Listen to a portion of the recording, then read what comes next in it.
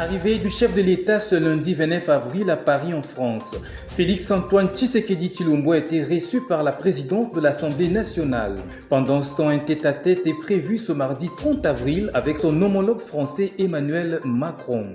En politique, les sénateurs et gouverneurs de la 4e législature de la RDC sont désormais connus. Ils ont été élus ce lundi 29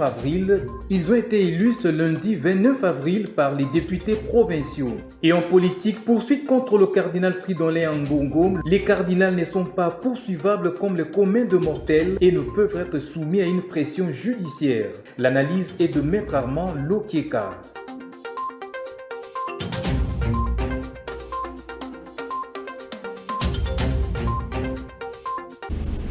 Nouveau journal vespéral sur votre télévision. Mesdames, Messieurs, bonsoir et bienvenue en politique. Pour commencer, élection des gouverneurs. Daniel Bumba succède à Jontini Ngobila à la tête de la ville-province de Kinshasa. Le nouveau patron de la ville-province de Kinshasa a été élu à l'issue du vote organisé ce lundi 29 avril à l'Assemblée provinciale de Kinshasa. Et sachez que plusieurs autres provinces du pays connaissent également leur nouveau patron de l'exécutif au terme des scrutins. Plus des détails avec Rachel Adassa-Liwala. Les gouverneurs élus. Province de Kinshasa, Daniel Bumba. Province du Congo central, Grace Bilolo. Province du Sankuru, Victor Kitenge. Province Otuele, Jean Bakomito. Province de la Chuapa, Armaliamba. Province du Kwango, Willy Bichusila. Province du Sud Ubangi, Miché Mobonga. Province du Bazuele, Mike Mukeni. Province de la Chopo, Paulin Lendongolia. Province du Kasaï central, Joseph Moïse Kamboulou. Province du Kasaï, Crispin Mukenzi. Province du Kasaï oriental, Jean-Paul Mbwebwe. Province du Lalaba, Fifi Masuka. Province du Tanganyika, Christian Kitumbwa. Province du Maniema, Moïse Moussa. Province du Olomami, Marmon Banza. Province du Haut-Katanga, Jacques Kiaboula. Et il faut signaler que les élections des gouverneurs et sénateurs se sont globalement bien déroulées à travers les provinces du pays, à l'exception du Nord Kivu, Équateur, Maïndombe et bien évidemment la province de l'Ituri. Et puis les sénateurs des provinces sont connus à l'issue des scrutins organisés ce lundi 29 avril 2024 dans plusieurs assemblées provinciales du pays. Rachel Adassa-Liwala signe ce reportage. Ils sont connus, les sénateurs élus de la province de Kinshasa. Il s'agit de Augustin Kabouya, Jontini Ngobila Mbaka, Gérard Moulumba Jekoko, Ivan Kazadi, Arlette Samantha, Jacques Lungungwa, Mike Kabasele, Anne Bungouje. Au Congo central, Pascal Kindwelo, Didier Bidimbu, Babi Vangu. Au Lualaba, Fifi Masuka, Célestin Machata, Michel Kanyimbu et Nawejio. À la Mungala, Jean-Pierre Liaou, Molindo Sakombi, Lingepu et Bakumwana. Au Sud Kivu, Modeste Bahati, Eustache Mouhanzi, Pascal Omana, Chocho Franck. Dans les Maniema, Pascal Bitika, Afani Idrissa, Justin Kalumbu et Faustin Luanga. Au Kasaï oriental, Alphonse Ngoïka Sanji, José Panda, Guy Mwandavita et Kalala Wakalala. Au Kasaï central, Topin Kabongo, Jean Tshisekedi et Cédric Kinkindu. Au Kasaï, Clément Mouboya Mouya, Joseph Ngalamouloumé, Nkole Chimwanga et Bouchabou. Lomami, Pius Mwabilou, Jonathan Kalambayi et bien d'autres. Et quittons les assemblées provinciales pour l'Assemblée nationale. C'est désormais connu. L'élection du bureau définitif de l'Assemblée nationale aura lieu le mercredi 8 mai prochain. Le président du bureau d'âge, Christophe Mbosonko, a signé la décision numéro 003 du 27 avril 2024 fixant les calendriers de l'élection et de l'installation du bureau définitif de la Chambre basse du Parlement. Le document a été lu par la députée nationale Nzouzi Umba Persi, rapporteur du bureau provisoire de l'Assemblée nationale. Suivez. Mesdames et messieurs de la presse, le bureau provisoire de l'Assemblée nationale a une grande annonce à vous faire. L'honorable président du bureau provisoire de l'Assemblée nationale vient de signer la décision numéro 003 CAB-P-AN-MNPC-2024 du 26 avril 2024 fixant les calendriers de l'élection et l'installation du bureau définitif de l'Assemblée nationale. La ventilation du présent calendrier tient en compte les autres scrutins en cours en République démocratique du Congo, notamment les élections des sénateurs, de gouverneurs d'un jour férié légal et des week-ends. Je vous donne lecture de ces dispositions essentielles. L'article 2 fixe les calendriers électoraux comme suit. Mardi 30 avril et jeudi 2 mai 2024, dépôt des candidatures. Vendredi 3 mai 2024, examen de dossier des candidatures. Samedi 4 mai 2024, affichage de liste de candidats retenus. Lundi 6 mai 2024 et mardi 7 mai 2024, de 9h à minuit, campagne électorale. Mercredi 8 mai 2024, à partir de 11h, audition en séance plénière des messages des candidats, élection et installation officielle du bureau définitif. L'article 4 fixe les conditions de recevabilité. Sous peine d'irrecevabilité, la déclaration des candidatures est accompagnée des pièces suivantes. Une lettre de consentement de candidature signée par le parti politique ou le regroupement politique, sauf pour les non-inscrits. Une photo de format passeport. Un curriculum vitae détaillé se terminant par la formule « Je jure sur l'honneur que les renseignements ci-dessus sont sincères et exacts ». L'article 5 définit les sanctions en cas de non-respect du délai. Toute candidature déposée après le délai fixé à l'article 2 alinéa A de la présente décision est déclarée irrecevable. J'en profite pour informer aux députés nationaux que cette décision est affichée dans les différentes valves de l'Assemblée nationale ce samedi 27 avril 2024. Ainsi, je les invite à retirer une copie de la dite décision auprès de nos services. Merci. Et en coopération, le président de la République a atterri ce lundi 29 avril en Paris, en France, pour une visite officielle de 48 heures. À son arrivée au pied de l'avion, Félix-Antoine Tshisekedi Tshilombo a été accueilli par la secrétaire d'État français chargée de développement. Puis, les honneurs militaires lui ont été rendus par la garde républicaine française devant l'hôtel des Invalides. Pour ce premier jour, Félix Tshisekedi a été reçu par la présidente de l'Assemblée nationale française. Notez qu'un tête-à-tête est prévu ce mardi 30 avril avec son homologue français Emmanuel Macron. Et sachez qu'avant de rallier Paris, le chef de l'État congolais était le dimanche 28 avril 2024 en Allemagne. Faisant partie de la délégation, le vice-premier ministre et ministre en charge des Affaires étrangères de la RDC, Christophe Lutundula, a déclaré, je cite, « Les Allemands ont réaffirmé leur attachement à la souveraineté de la RDC et dénoncé la présence militaire rwandaise sur le territoire congolais. Nous avons souligné l'importance de passer des déclarations à l'action concrète. » Fin de citation. Je vous propose de suivre les propos du ministre des Affaires étrangères de la RDC, Christophe Lutundula, sur des propos recueillis par Rachel Adassa-Liwala. Les Allemands ont fait déjà la déclaration avant que le président n'arrive.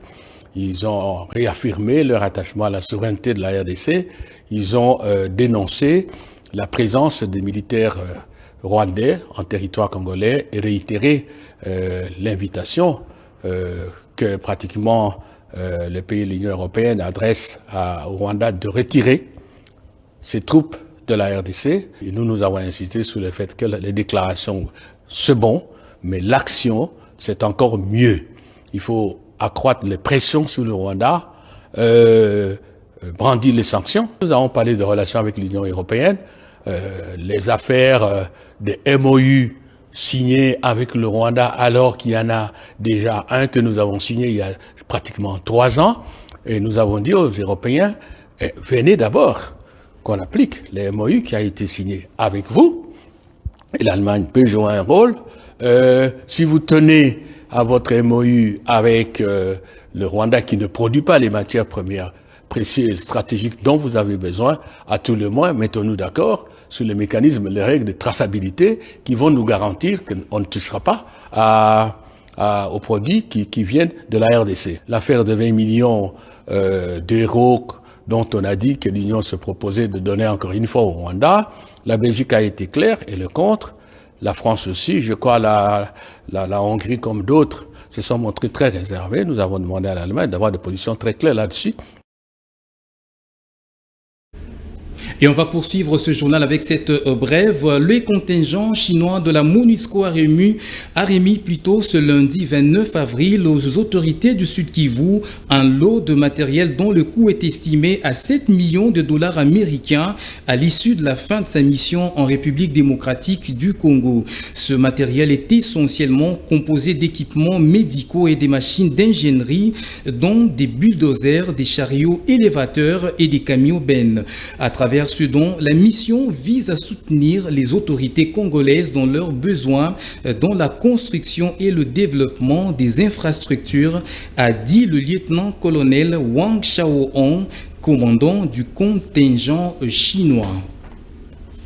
Et on va parler justice à présent. Les cardinaux n'y sont pas poursuivables comme les communs des mortels et ne peuvent faire l'objet des pressions judiciaires. Ces propos sont de Maître Armand Lokeka, réagissant à l'annonce de l'ouverture d'une information judiciaire à l'encontre du cardinal Fridolin Ambongo. Une procédure ordonnée par le procureur général près la cour de cassation. Maître Armand est au micro de Ida Maloba. Les propos des cardinaux entrent dans la mission cardinale.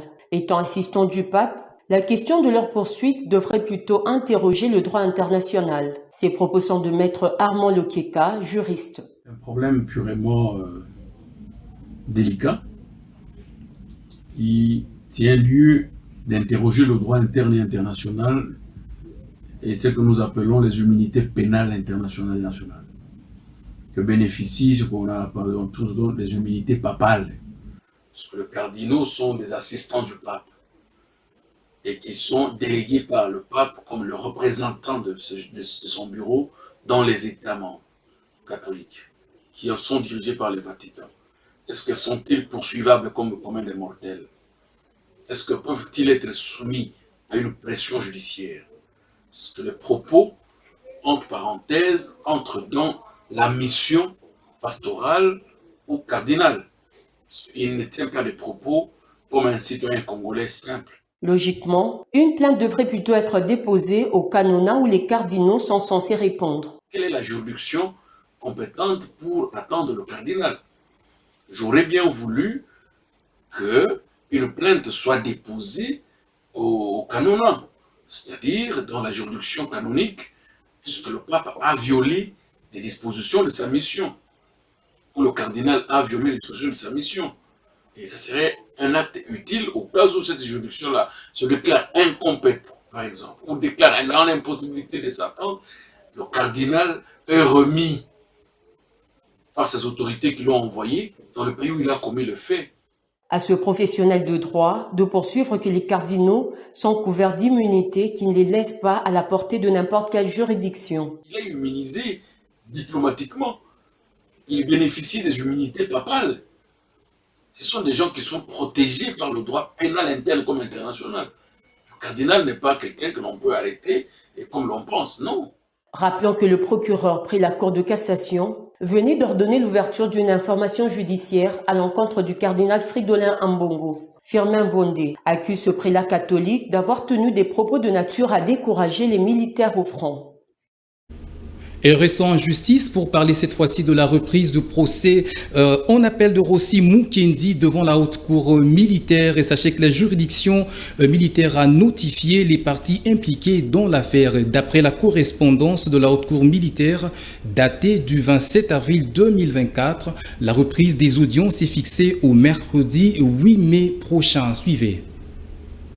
La haute cour militaire a notifié le samedi 27 avril toutes les parties impliquées dans l'affaire mettant en cause la commissaire supérieure adjointe Karine Lokesso dans l'assassinat de l'activiste des droits de l'homme Rossi Mukendi. La dernière audience consacrée aux plaidoiries qui devaient se tenir le 25 août 2023 avait été renvoyé à une date ultérieure. D'après la correspondance de la Cour, la reprise des audiences est prévue pour le mercredi 8 mai 2024. Rappelons que c'est depuis le 10 janvier 2022 que la Cour militaire de Kinshasa Matete avait condamné dans cette affaire la commissaire supérieure adjointe Karine Lokesso à la servitude pénale à perpétuité assortie de 10 ans de sûreté incompressible pour le meurtre de Rossi Mukenzi. Elle avait également été condamnée à 10 ans de servitude pénale pour violation des consignes. La Cour avait aussi prononcé sa destitution de la police nationale congolaise et mis le frais d'instance à charge de l'État. À l'issue de cet arrêt, la condamnée avait fait appel devant la haute cour militaire. La victime, Rossi Mukenzi, avait été tuée par balle un certain 25 février 2016 alors qu'il participait à une manifestation appelée par les laïcs catholiques pour exiger les élections crédibles. Et tout à fait autre chose, poursuite de la délivrance de la carte d'identité nationale à l'Office national d'identification de la population pour ce lundi 29 avril 2024. Une catégorie de la population a obtenu sa carte d'identité nationale après son identification. Il s'agit notamment des leaders des confessions religieuses, magistrats, tout comme journalistes et autres. À l'issue de l'opération d'identification, quelques hommes des dieux présents ont salué cet acte et ont manifesté leur satisfaction. Suivez.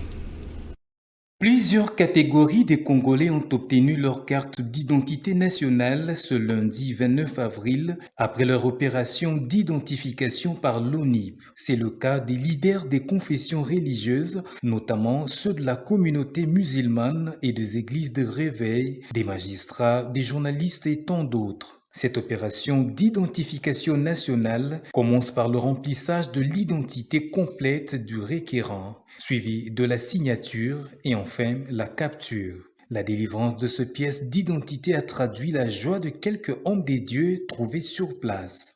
Moi, les impressions sont bonnes parce que, vous savez, ça fait très longtemps que le Congolais n'avait pas sa carte d'identité. Vous savez que la carte d'identité joue un très grand rôle et avoir sa carte d'électeur, c'est une très bonne chose. Mais obtenir sa carte d'identité, c'est vraiment un impact international. C'est-à-dire que si aujourd'hui, le président national de l'Union des fonctionnaires de Kapansi vient d'obtenir sa carte d'identité, c'est grâce aux efforts que les chefs de l'État a fournis à travers l'Office national d'identification de la population. Vous constatez vous-même, les choses se passent très bien, il y a de l'ordre et depuis que nous sommes là, nous avons reçu notre carte d'identité. Voilà pourquoi nous faisons ces commentaires et nous remercions les chefs de l'État pour ce travail et nous remercions également le DG de l'Office national d'identification de la population pour les efforts consentis en fait d'organiser de cette manière la délivrance des cartes d'identité auprès des citoyens congolais que nous sommes. C'est bien de là, je félicite Monsieur le Président de la République. Donc tout ça s'est bien passé. Donc je dis merci beaucoup. Sans oublier à mon président, le pasteur David et le président de l'UFACAP pour l'opportunité. Donc la carte de lecteur, on va vous enregistrer l'identité et puis capturer. Équipe en deux catégories, à savoir les associations et les entreprises. Au-delà de l'aspect sportif, un accent particulier sera mis également sur la sensibilisation à la drépanocytose. Et parlons sport à présent. Le ministère de la Justice a battu l'Assemblée nationale sur la marque des 2-0 au tournoi de football loisir dénommé Lipanda, dont le coup d'envoi a été donné le samedi 27 avril 2024 au terrain Oudjana dans l'enceinte du stade Tata Raphaël dans la commune de Kalamou. Ce tournoi de football est organisé en prélude des festivités de la fête de l'indépendance. Regardez. En match d'ouverture de la 4e édition de ce tournoi dénommé Trophée Lipanda, dans la catégorie des institutions, le ministère de la Justice a eu raison de l'Assemblée nationale sur la marque de 2-0. C'était une rencontre très disputée. Malgré la victoire du ministère de la Justice, les deux équipes ont eu des opportunités qui auraient pu faire que les scores soient considérables. L'organisation du Trophée Lipanda intervient avant toute chose dans le cadre de pérenniser l'esprit et les acquis de l'indépendance chèrement acquise par nos pères. Il est aussi, dans ces cas précis, un moyen pour véhiculer des valeurs telles que l'unité, le fair play et le respect mutuel. Les groupements sportifs particuliers, sports corporatifs, nous réitérons les mots de bienvenue adressés à chacun d'entre vous qui est au-delà de ses occupations, s'est permis de se présenter ici pour nous honorer. Organisé par l'ASBL Unis pour le Progrès, ce tournoi de football loisir est organisé en prélude des festivités de la fin des festivités de la fête de l'indépendance de la RDC, commémorée les 30 juin de chaque année. Pour cette 4e édition, les organisateurs ont innové en scindant les équipes en 2 catégories, à savoir les associations et les entreprises. Au-delà de l'aspect sportif, un accent particulier sera mis également sur la sensibilisation à la drépanocytose. Sachez que 3 terrains ont été retenus pour faire jouer ce tournoi. Il s'agit du terrain Oudjana dans la commune de Kalamou, le terrain de la police nationale congolaise dans la commune de Lingouala et celui de l'université William Booth dans la commune de la Gombe. Et en dehors de nos frontières, le Conseil de sécurité des Nations Unies a exprimé sa profonde préoccupation face à la menace d'une attaque imminente dans la région du Darfour au nord du Soudan. Les forces de soutien rapide ne seraient commanditaires. On en parle avec Ida Malouba. Cette inquiétude survient dans le contexte d'une guerre dévastatrice qui sévit au Soudan depuis 1 an, opposant l'armée soudanaise aux milices paramilitaires des forces de soutien rapide. Al-Fashir, la capitale du Darfour, demeure la seule grande ville de la région qui échappe encore au contrôle des forces de soutien rapide. Dans une déclaration officielle, le Conseil de sécurité a appelé les autorités soudanaises à mettre un terme à toute accumulation de forces militaires et à prendre des mesures concrètes pour désamorcer la situation. Les responsables des Nations Unies ont également mis en garde contre le danger imminent pour environ 800 000 habitants d'Al-Fashir. Cette nouvelle escalade des tensions souligne l'urgence pour la communauté internationale de promouvoir une résolution pacifique de la crise au Soudan. Et c'est la fin de cette édition. On prend le rappel des principaux titres. Arrivée du chef de l'État ce lundi 29 avril à Paris en France, Félix-Antoine Tshisekedi Tshilombo a été reçu par la présidente de l'Assemblée nationale. Pendant ce temps, un tête-à-tête est prévu ce mardi 30 avril avec son homologue français Emmanuel Macron. En politique, les sénateurs et gouverneurs de la 4e législature de la RDC sont désormais connus. Ils ont été élus ce lundi 29 avril par les députés provinciaux. Et en politique, poursuite contre le cardinal Fridolin Ambongo, les cardinals ne sont pas poursuivables comme le commun de mortels et ne peuvent être soumis à une pression judiciaire. L'analyse est de Maître Armand Lokieka. Et ça sera tout pour cette édition vespérale, mesdames, messieurs. Merci de l'avoir suivi. Bonne suite des programmes sur la chaîne de Repos.